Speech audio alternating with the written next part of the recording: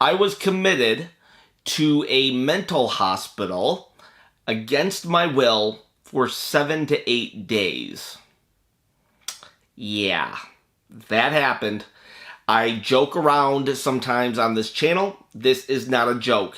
I've alluded in the past about my anxiety and my OCD, and I don't know, have I talked about my germaphobia? I don't know what I've talked about, honestly, because this channel has never been about me trying to garner any kind of pity or, I don't know. I was not going to build this channel upon the fact that I have some kind of mental disease. You know what? Life isn't fair, and a lot of people have been dealt worse hands than me. So I just never really made it a priority to be like, hey, look at me, I'm the poster boy for mental disease.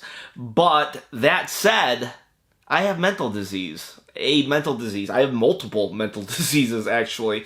And if I laugh during this, I don't know what to tell you. I laugh a lot. I laugh when I'm nervous. I laugh when I'm anxious. I laugh when I'm uncomfortable. I laugh when I feel good, too. So I might laugh during this. And if that offends you, I don't know what to tell you. Get over it. About being held against my will, is that clickbait? No, I really was held against my will. I did not want to be where I was. But don't get mad or anything, because honestly, if I am really honest with myself, I would say that I am not completely innocent in the reasons why I was being held. This video could get a little ugly. I don't know how you will perceive me after this video. Let's backtrack. What I've been diagnosed with is extreme anxiety, OCD, germaphobia, and agoraphobia. Those are the 4 things that, without a doubt, have been put on a medical health document. That said, my wife has been gone. The matriarch of the McDaniel family has passed away. Her grandmother passed away. And Grandma was Mom 2.0 to my wife. Meaning, a lot of times after school, Jess would go to Grandma's. Or a lot of times, waking up for school, Jess would be at Grandma's. She just meant the world to my wife. And Jess ended up staying longer than anticipated.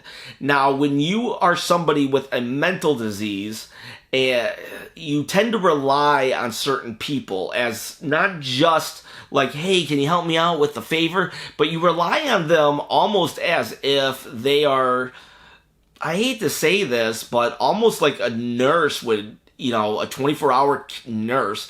And I know I did that to Jess. I tried not to, but I did. When I saw a cockroach, I would scream bloody murder for Jess to get in there.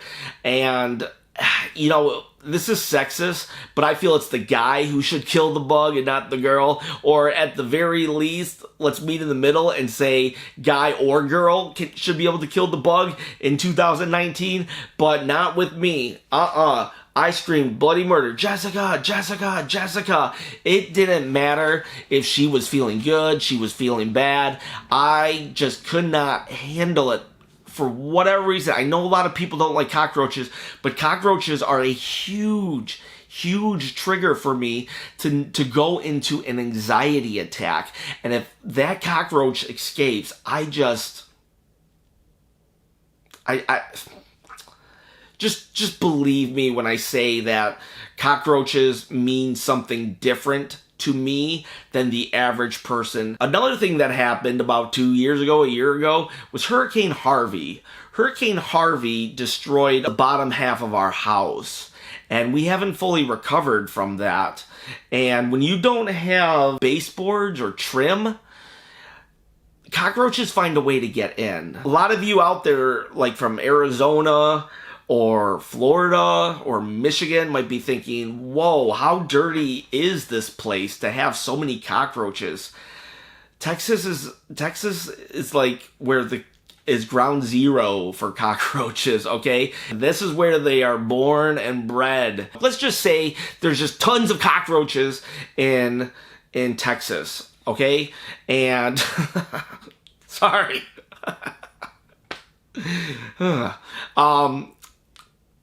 Sorry, I don't know why I got so mad about that. I'm on new medication, by the way. Yeah, right here. My new medication, right here. Actually, all my new medication. So there's cockroaches coming in the house and stuff, and I'm killing them, or they just survive somehow, or they get really far in. I try to clean where the cockroaches are, but the problem is, it's where my germaphobia kicks in, and then it busts into my OCD, and I just can't stop cleaning. I can't stop cleaning, and I'm not even talking about, oh, well, now I must clean the whole house, because at least I'd get something out of it, a whole house clean. No, I have to clean the same spot over and over and over again, and it must have walked from the door. So now if it's in the kitchen, I have to clean all the way to the door. And if I walk through an area where a cockroach has been that it's not been clean, then that whole path that I just walked is now dirty, and it's just as dirty with the cockroach.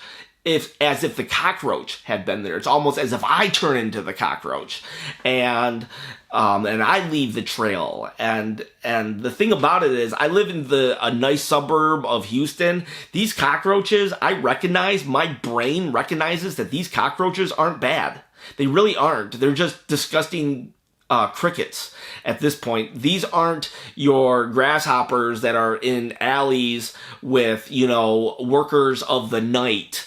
These are just cockroaches they're just big beetles, big bugs. So anyways, cockroaches were getting into the house while my wife was gone, and eventually I just hit a breaking point. I hit a breaking point in my head, and I was just like, I was stuck, and I couldn't help it.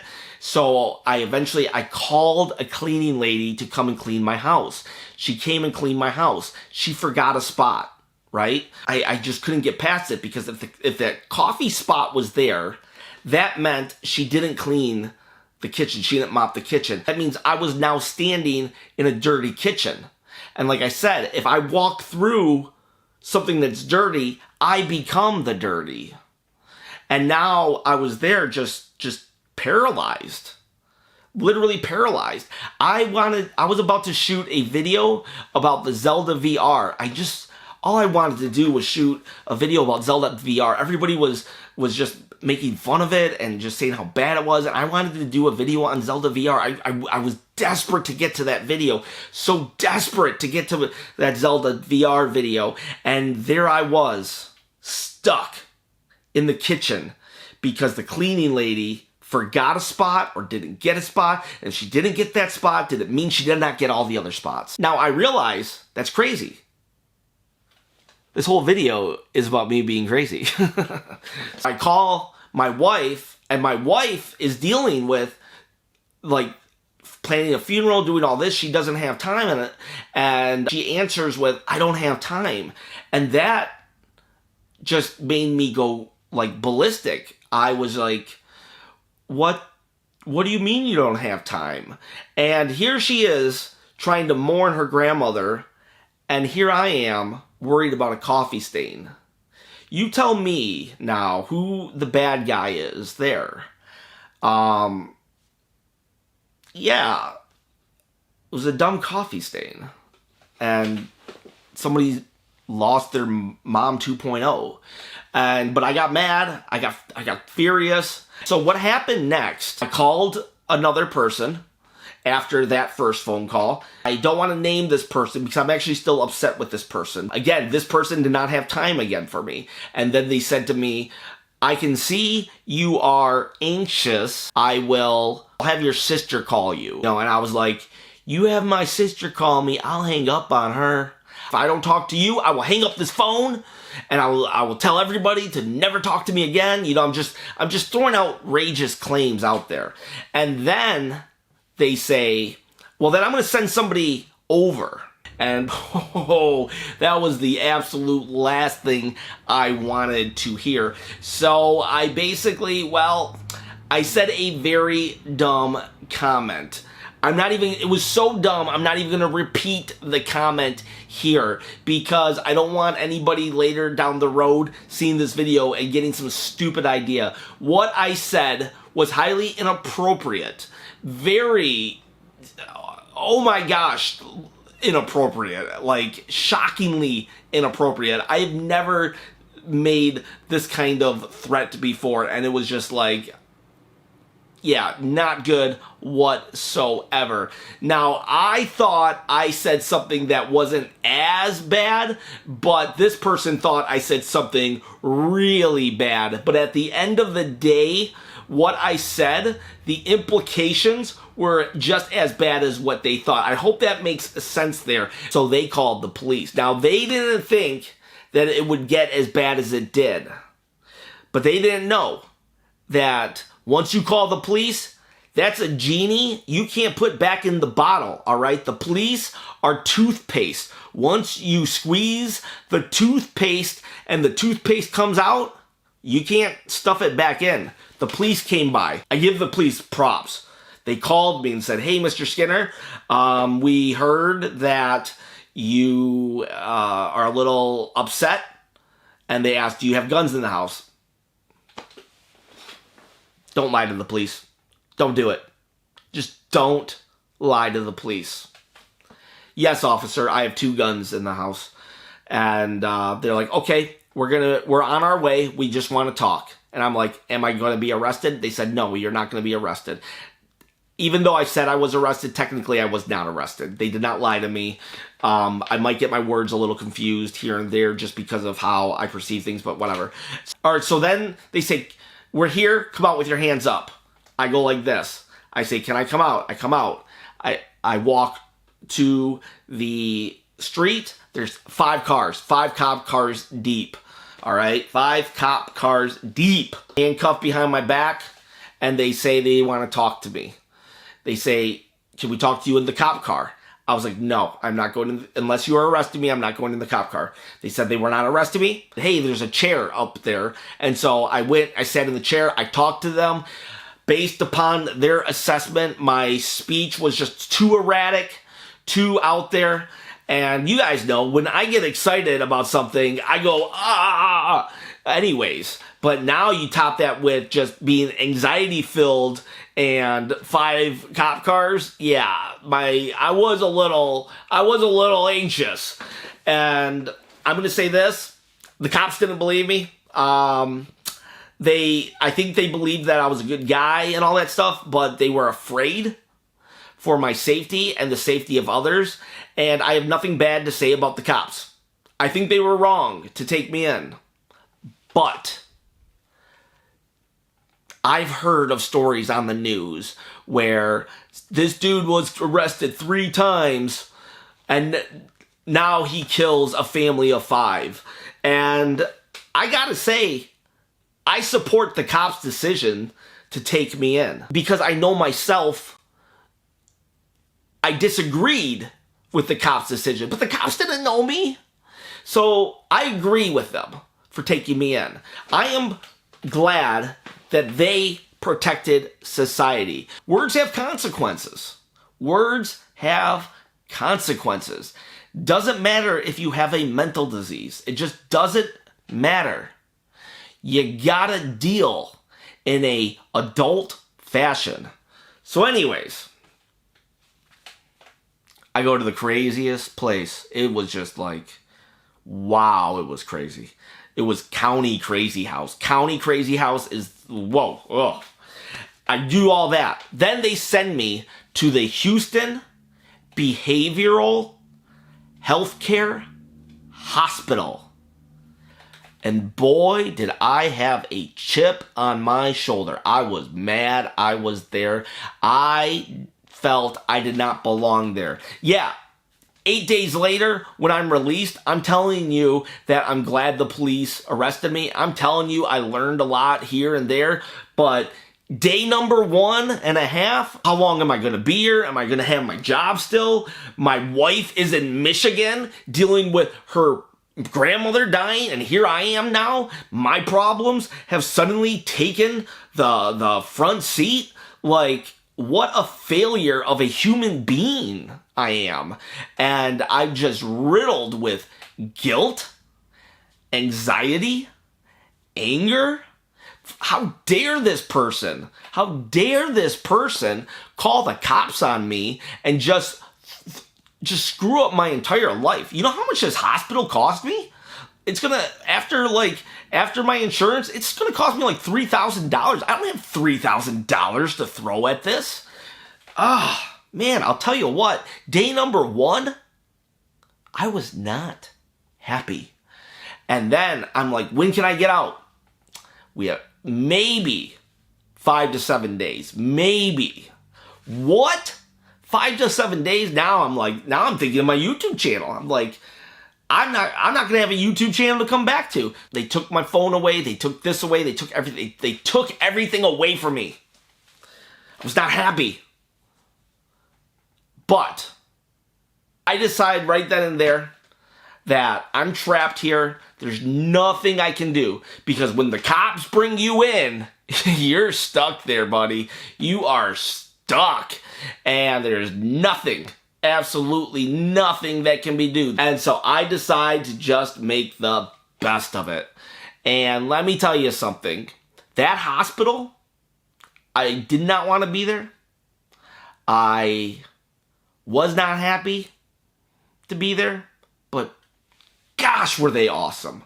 I had a great experience at the Houston Behavioral Healthcare Hospital. They are not sponsoring this because they probably are gonna. They found out that I YouTubed and they're probably a little afraid of what I'm going to say. But guys, if you're watching this right now, you have nothing to fear. I loved you guys. You guys were so awesome. Oh my gosh. Yes, I was held against my will, but other than that, wow. I had some paradigm shifts. Some literal paradigm shifts. My life is actually different now. Also, please guys, don't say in the comment something along the lines of, well, it looks like it was a good thing you went, because I'm still mad about going. So please don't say it was good that I went. I'm still mad that I went. It's weird. I am happy at what I got out of it, but I'm still bitter about going in the first place. A lot of those people were there voluntarily, but me, here I am like, why are you guys here? Why? Why are you here when you can have freedom? I can't have freedom. I understand now why I'm here, but you? Apparently they were there because they were smart. If I was smart, I probably would have went in February or March. So in the beginning, I thought I thought they were idiots. But when it was all said and done, I realized now that I was the idiot. Why wasn't I trying to get help for myself? Did I really think that I could power through? I first had a mental breakdown when I was 31 years old, all right? 31. I'm 39. That's 8 years I have lost to mental disease. You know how bad it sucks when your kid wants to wash his mouth with actual soap because he sees daddy doing it?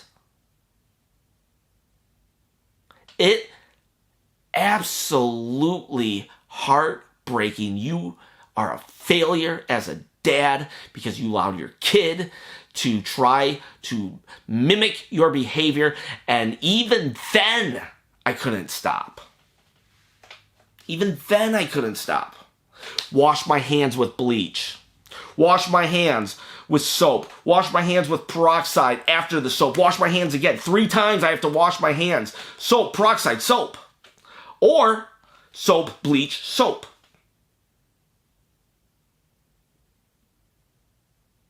And yet, I feel like I'm better than these people because they actually admitted they had a problem that they couldn't solve. I feel like a scumbag, honestly, thinking like that in day one. Why are you guys here? Gosh, they were so smart to go. I am the idiot. I should have went. I had the problem. I didn't let my kid wash his hands with his mouth with soap. I've actually explained to my kids, I say, Daddy has a mental disease. You can't do stuff that Daddy wants to do. I make them go play with bugs. They're not afraid of cockroaches. They're not afraid of any of that stuff. So that's what I'm most proud of, I guess, that I've made sure my kids don't have right now any of the issues that I've dealt with. Granted, I, like, on the sly will tell my wife, go make them take a shower when they come in. But let's get back to the mental hospital. There's a lot of things I learned there. In fact, there was just this one session. It was like 5 minutes long, and this dude, Dr.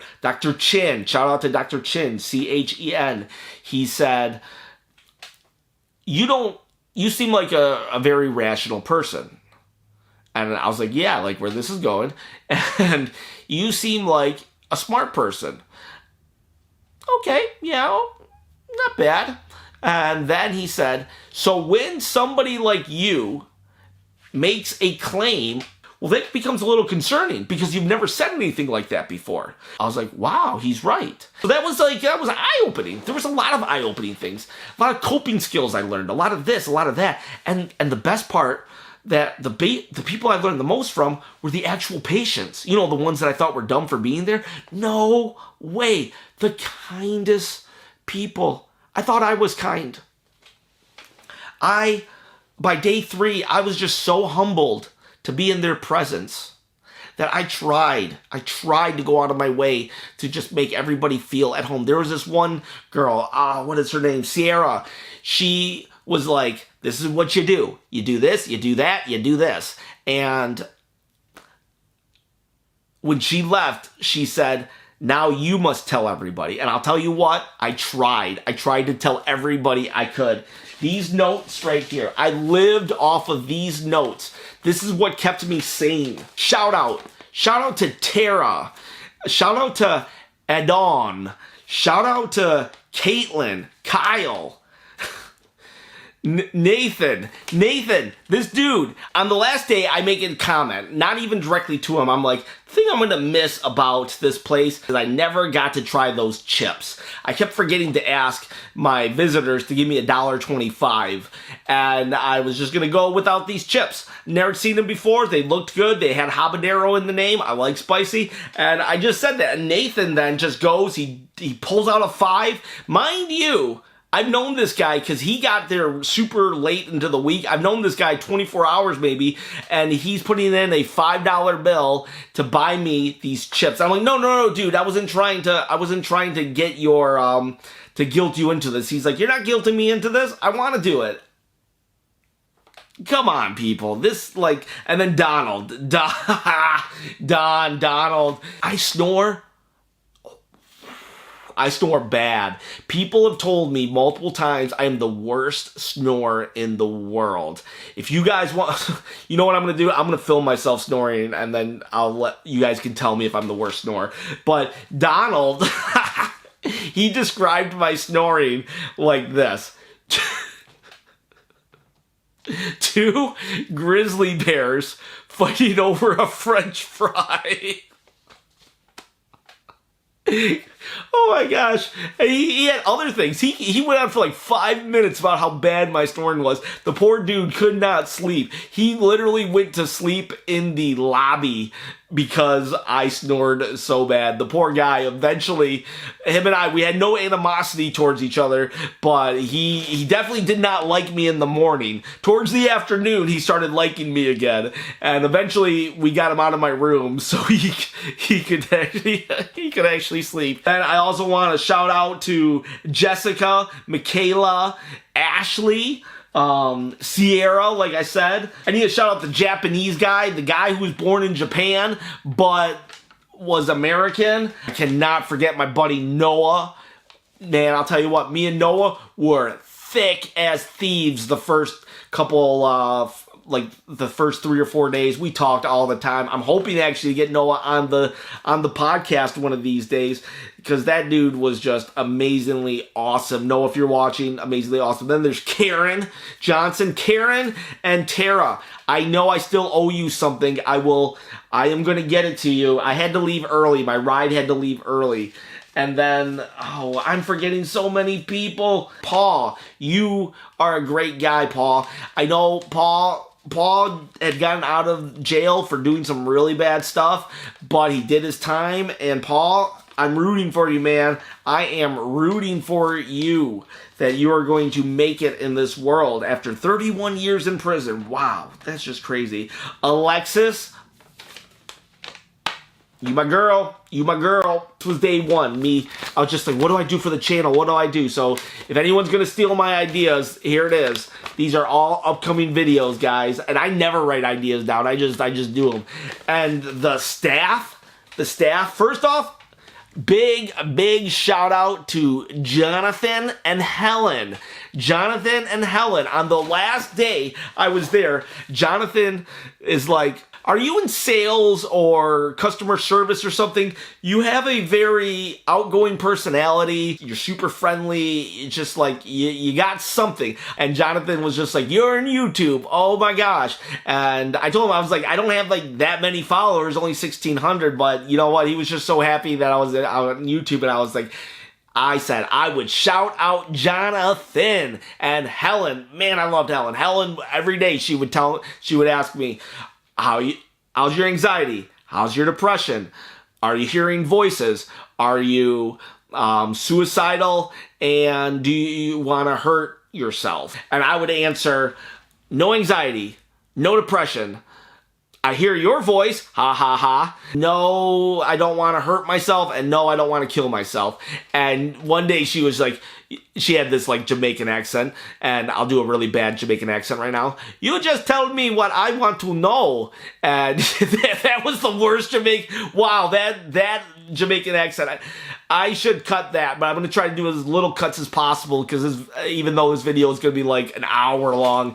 And yeah, she's just like, you just telling me what I want to know. And I said, well, is it working? Because I really want out of here. And I told Jonathan, I was like, dude, I don't want to be here, but I'm going to make the best of it. I'm just going to make the best of it, and I'm going to have fun. And I can't not